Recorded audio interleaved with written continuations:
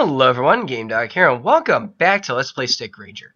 Now, before we go on to the Submarine Shrine boss, I actually want to outfit my Rangers a little bit. Specifically the Magician, because I am most definitely going to be using that strategy in this episode. So, what I would like to do is, let's see, where is it? Yes, the Catapults card. Extra length is very useful, so, or extra, yeah, keeping your distance from this boss is crucial, so I will be equipping him with this to give him more range. Now he has a range of 150, which is pretty fantastic, and I'll also be giving him this. We had this drop in the last episode. I actually didn't explain what it does. We have seen charms before, I believe, but what charms do is, if you look at the descriptor right there, it says 80% freeze invalid. Now, okay, freeze is a status ailment, and if you look at the if you look at the other charms, it says like 50% ice invalid, 50% poison invalid. Now, what these actually do is they make it so if you ever get hit by an attack that can freeze, poison, or slow you down or ice you, the charm makes it so like 50% of the time it will not. So it doesn't like negate. So it just flat out negates the effect of the status ailment for that one attack. And so this pretty much makes it so 4 out of 5 times we would be frozen, we would not be. We actually would not be, which is very nice because this boss is dumb, and he's actually based around freezing you. So let's get into it. Let's drag this guys over here. Now, okay, what this does. Oh, I do not like you spying that close. Now, what this guy does, he has 2 attacks. Let's actually turn you off. Yeah, he has 2 attacks. His first attack is when he fires these. Oh, don't get that close to me. His first attack is to shoot a big snowflake at you, and if the snowflake hits you, it freezes you in place for a considerable amount of time. His second attack is to fire an array of 3 3 ways of fire, which do piercing damage. They like rise over you and then they just keep on going, meaning they can hit all of your Rangers at the exact same time. Now I'm pretty much doing this just so I can get some like free damage with my other Rangers, because as you can see, they can't even do anything when they're frozen. You can't even drag them, which makes it probably the most annoying status ailment in the game when the opponent does it to you. Yeah. Let's see here. Let's check these guys over here. Try and get any free damage we can before these guys kill my other 3 Rangers, in which case the Magician will go in and save the day, because that's all this boss amounts to, unfortunately, because I hate this fight so much. Let's see. I do not think he has an elemental resistance or weakness, which is both a curse and a blessing, because honestly, imagine this guy took 1 damage from a certain element. That would have... Like, if this boss isn't difficult enough already, let's see here. We're actually doing kind of alright just with this strategy. I mean, we're almost down to half health, but I wouldn't say it's kind of the norm for this class or for this fight. Let's drag him over here just so we get some. You can start to get some free damage on this guy. Now, okay, I would like to also explain that this is also a little bit of a challenge for me as well, because when I fight this guy, the item I like to have on me is, I think I also mentioned this last episode, but it's an item called the Blizzard, which is the exact same thing as the Thunderstorm, only it deals a little bit less damage, marginally less damage. It's really not that big of a deal in the grand scheme of things, and it also slows down the enemy. And this guy at half speed is really, really good. It makes him a lot easier to deal with. It makes him a lot easier to predict. He can't just jolt right at you, which he does do on occasion, and it is very annoying when he does. Yeah, when he does this. Let's see here. Yeah, so this is probably the best way to do this given what I have right now, excluding grinding, even though I probably would have gone out of my way to do that anyway. Now, okay, I don't want to get any closer to these snowflakes right here, because if you actually get close to them, they actually home in on you a little bit. You may have seen it happen before. And let's see, we're actually doing quite a number on him. This isn't as fast as I normally like to take him out. In fact, I don't want to like fighting this boss at all, but you have to progress because he's dumb. Let's see here. We're doing a good job though. Let's see. Now, if my one Ranger ever gets frozen, as I have mentioned before, you cannot actually move when you're frozen. You can't even drag your Rangers. So what I like to do is I like to revive another Ranger really quickly. Let the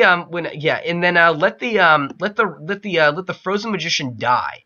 Because keep in mind, if all of your Rangers die, it's a game over. So I revive another one before that happens, because he's pretty much stuck in place and is at the mercy of this crazy sea serpent right here. And then let's see, he will then start to go after the other Ranger, and while that's going on, you revive the Magician again. So if he ever gets frozen or at very low health, that is a strategy to kind of reset a little bit. I mean, you are spawned with a quarter of your health, which isn't too much, but but like, okay, if there is one thing I like about this boss is that he doesn't like one-shot you. He doesn't have any dumb moves that insta-kill you in any way. I don't even think there's an insta-kill move in this game, which I do appreciate. Let's see here.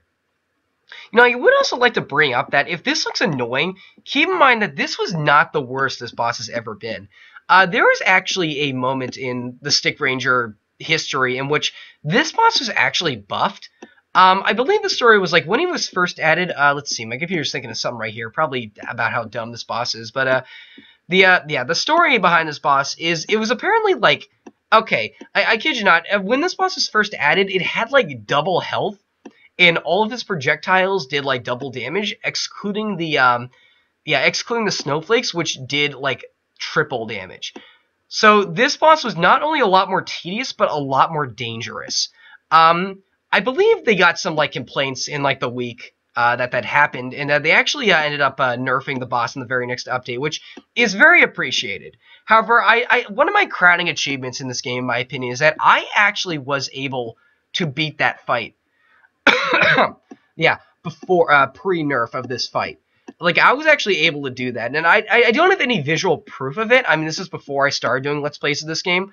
That's still, like, something really neat, though, and I really wish there was, like, a secret boss you could fight at this point that, like, was this boss in its primal state or something like that, like your Primal Groudon, or, I guess, Primal Kyogre in this case. Let's see here. Oh, yeah, or as, Omega Ruby Alpha Sapphire just came out, like, a week ago as the time this video goes up, or... Yeah, that sounds about right. I am kind of making a backlog of these because I have a very busy schedule of school going on, and I do like to record like 4 or 5 at once, just so I don't have to worry about it and stress myself, because I'm bad at like doing things daily. I say this as I've done like a daily series for the past like 120 days. Let's see here. Yeah, we're actually doing quite a number on him. I really don't want to get any closer to him than I have to. That's kind of why I equipped the catapults, the catapult card, because keep in mind, without it, I would have to get about this close to him before my magician could start like firing thunderbolts that would actually aim at him. You know, another strategy I like to do is when yeah, pardon, is when he gets very close to the ground like this, I sometimes like to equip the volcano and then fire a bolt at him, or fire like a short little volcano shot at him, because as I said before, he doesn't have any resistances. He has no fire resistance, and as you can see here, fire is not hindered at all while underwater. So, yeah, so that's actually a pretty good strategy if you want to marginally speed along the boss fight. But for a fight like this, I'd much rather play it safe than sorry. So, let's see here. We're actually doing pretty well so far. He has, like, roughly a 1/6 of his health left. Maybe a little bit less. Let's see here. Yeah, that health bar, though, it's, like, barely going down. And he is dealing some damage to me. Not as much as I am to him. I mean, that'd be obvious. Oh, my goodness. Imagine if a boss had as much health as you did. That'd be pathetic. Though I think the first boss in the game did have 100 health. Like, exactly. Goes to show you how far we've come. I mean, we could probably like 2-shot that boss of most of our rangers at this point.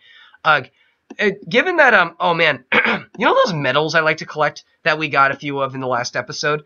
The very first boss in the game actually has a very rare drop. It has dropped for me a few times in my quote-unquote career of playing this game, but it actually increases the amount of experience you get by 10%, which is actually a really cool thing to find if you happen to get it. I mean, it pretty much mitigates any needed grinding. You very rarely have to grind. I want to say the only time is that point I was having difficult with the Seaside 2 boss. But if you just want to have a little bit of an easier time, you might try grinding for that item real quick.